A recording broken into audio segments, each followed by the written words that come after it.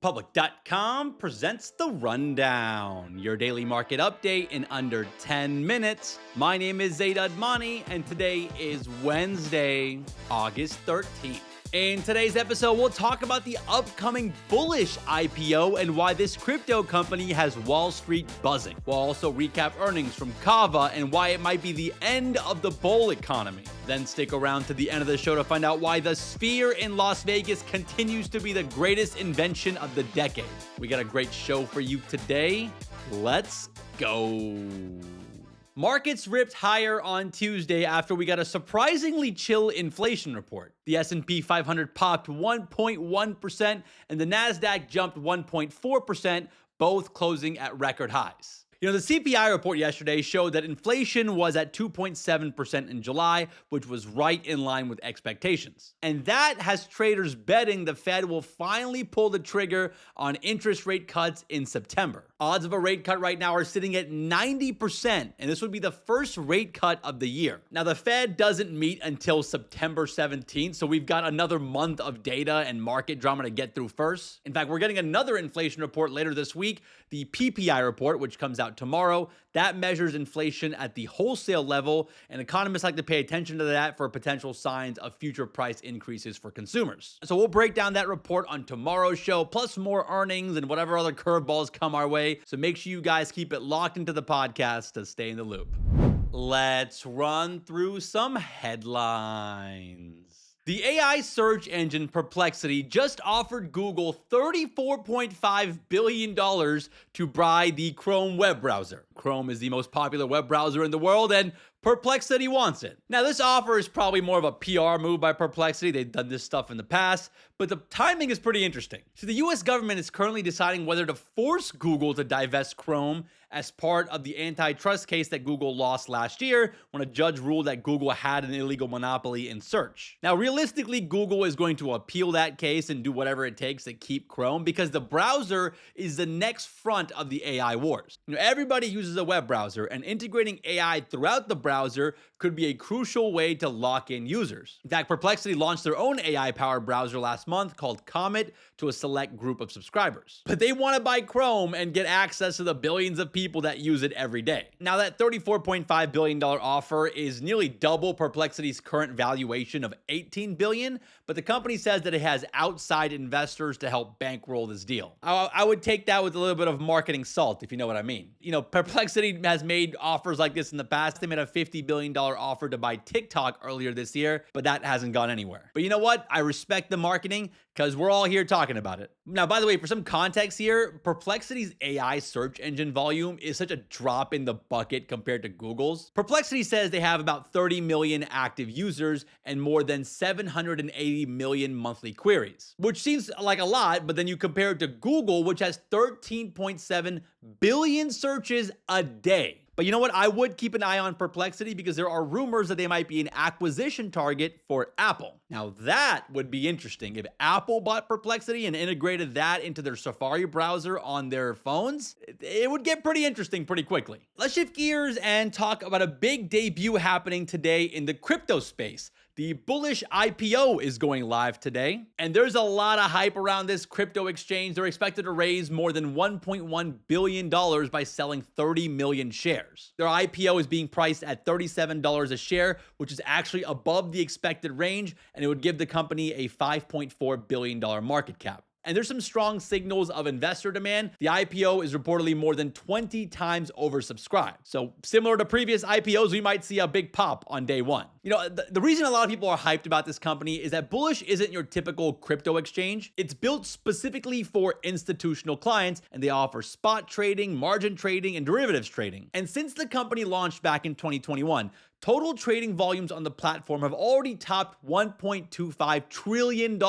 And they got some serious street cred at the top. Their CEO is Tom Farley. He was the former president of the New York Stock Exchange. Plus, they own the crypto media outlet CoinDesk, and they're backed by big names like Peter Thiel. So I've been seeing a lot of buzz building up to this IPO. It'll start trading today on the New York Stock Exchange under ticker symbol BLSH. You should be able to find it on the public app, and we'll see if the IPO lives up to its name. Let's talk about some stocks making moves today. A big winner this morning is a company called ETHZilla. This is a real company. They trade under ticker symbol ANTF. The stock jumped over 200% on Tuesday after they revealed that Peter Thiel's founder fund had taken a 7.5% stake in the company. ETHZilla is a Ethereum treasury company, which means they buy and hold Ethereum as a company. They disclose they hold more than 82,000 ETH bought at an average price of $3,800. That's worked out pretty well so far because Ether is up more than 20% from those levels. And that's why the stock continues to rip this morning. It's up another 40%. By the way, ETHZilla used to be called 180 Life Sciences.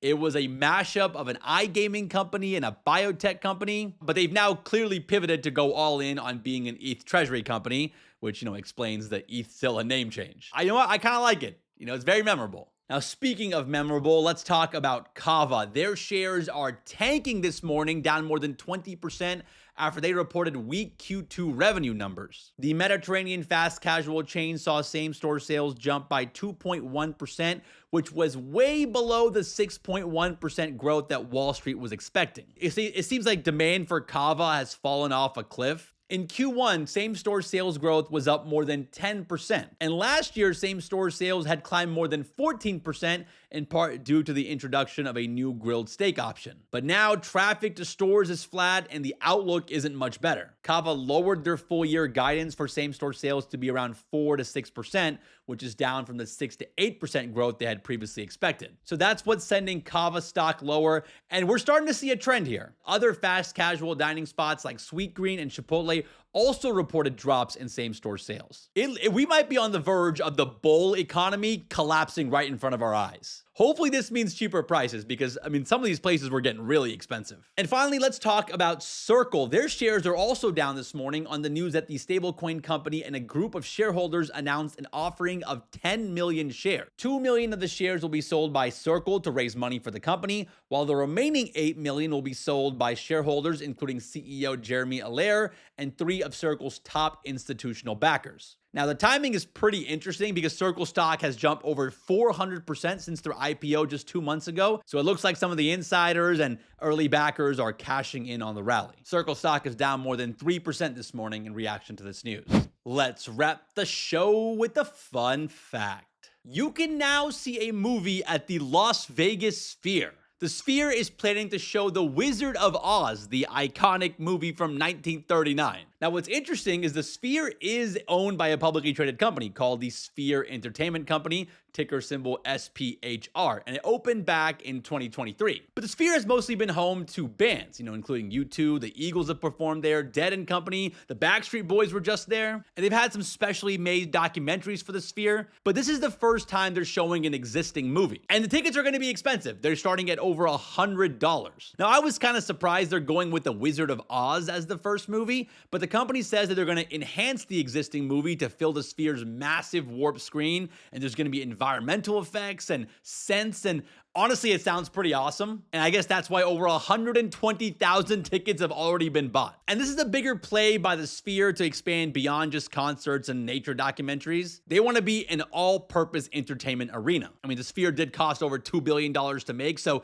they need to recoup that cost. But that might be the best $2 billion ever spent, right? I haven't been to the Sphere yet. I want to go so bad. Hopefully they'll show more iconic movies there. Like, imagine watching Jurassic Park on that thing, or like one of the Fast and Furious movies. I think I would pay $100 for that. And let me know in the comments if you guys have been to the Sphere in Vegas and if it lives up to the hype. We might have to do a deep dive on the Sphere, and it might have to be like a field trip situation, You guys need to convince Mike and Connor in the comments to make this happen. Well, all right, guys, that's the rundown for today. Hope you guys enjoyed today's episode. If you did, and you have like 9 extra seconds, consider giving us a 5-star rating on Apple, Spotify, or wherever you listen to your podcast. And if you are listening on Spotify, consider voting in today's Spotify poll. Leave us a comment on Spotify. Let Mike and Connor know that we should be going to Vegas to check out the Sphere and doing a deep dive in person. All of that engagement really does help us out, and it helps other people find the show. Whether you're listening on normal speed, 1.25 speed, or 3x speed for you freaks out there, we appreciate all the support. Thank you guys so much for listening and watching, Shout out to Mike and Connor for all the help behind the scenes, and we'll see you guys back here tomorrow.